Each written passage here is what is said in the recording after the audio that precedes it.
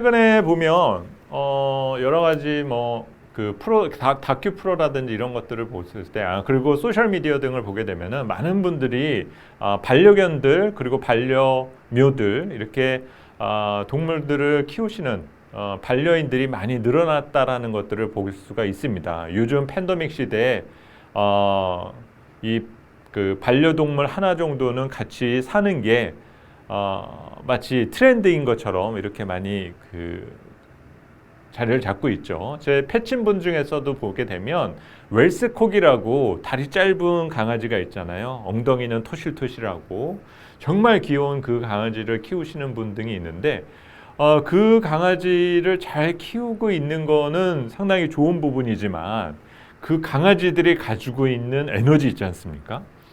그 에너지를 감당하기 어려워서 힘들어 하시는 거를 제가 볼 수가 있었어요. 웰스콕이라는 강아지를 이렇게 찾아보면 뭐 최근에 어느 프로에서도 나왔지만 원래 소를 몰던 강아지라고 하더군요. 그러다 보니까 에너지가 정말 넘치다 못해서 적어도 하루에 2번 정도는 산책을 나가야 하고 그래도 에너지가 전부 다 소모되지가 않아서 집안에 있는 여러 물건들을 물어뜯는다던가 사고를 치는 그런 일들이 있다고 합니다. 그래서 제가 말씀을 드리고 싶었었던 부분은 이 반려견과 반려인 사이에 뭐 여러 가지 동물이라고 생각할 수도 있는데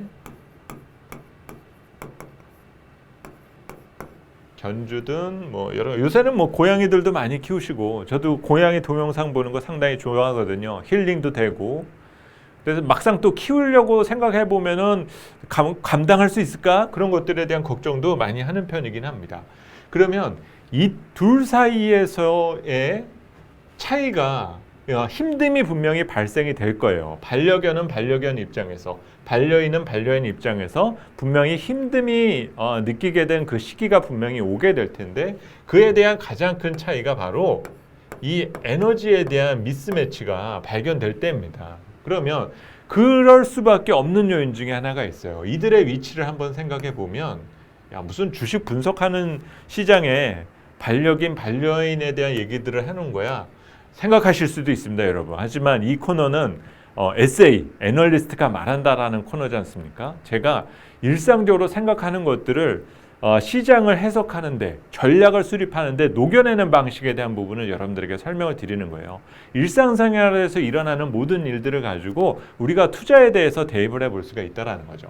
자, 그러면 성인이라고 하면 반려견을 키울 수 있을 정도의 능력을 갖고 있는 반려인이라면 적어도 이들은 성인이겠죠. 성인이기 때문에 반려견을 키울 수가 있다. 물론 이제 미성년자분들도 가능하지만은 보통 부모님이나 허락이 조금 필요한 부분이 있을 거고 이들의 것과는 대조적으로 반려견의 경우는 물론 노령견이라든지 나이 든 강아지 유기견을 입양하시는 경우들도 물론 있으시겠지만 대부분 성인이 되기 이전에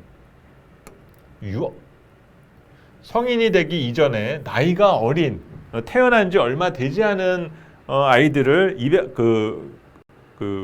입양해서 같이 살게 되는 경우들이 있겠죠. 그러니까 자연히 에너지에 대한 밸런스가 무너질 수밖에 없다라는 거죠. 넘치는 에너지 그리고 상대적으로 반려견만을 위해서 존재하지는 않을 거지 않습니까? 일반적인 사회생활이라든지 경제활동 여러 부분 등을 수행해야 되는 부분 등이 있기 때문에 이 에너지에 있어서의 미스매치가 당연히 발생될 수밖에 없다라는 겁니다.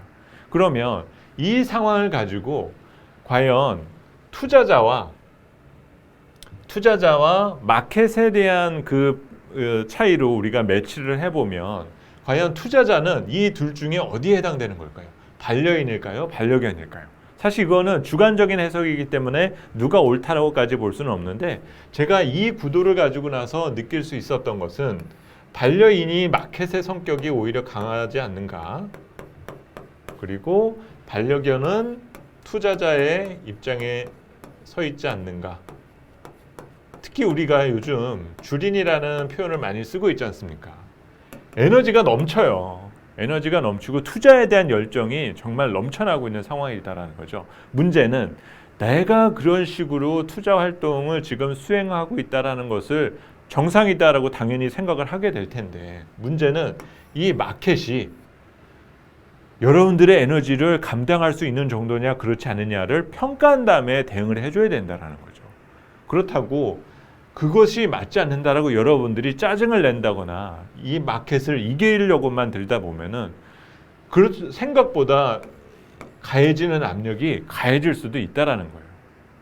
성장의 틀이라는 것들이 있기 때문에. 그래서 지금 시장에 대한 진단이 그만큼 중요한 거고, 과연 이 마켓이 투자자의 호흡을 같이 하면서 성장하고 있는 에너지를 같이 향유할 수 있는 그런 위치에 있는 것인가, 아니면 마켓이 반려인이 재충전될 때까지 기다려줘야 될 부분 등이 있지는 않은가, 이거를 생각하면서 여러분들이 전략을 수립하는 것이 필요하다라는 거죠.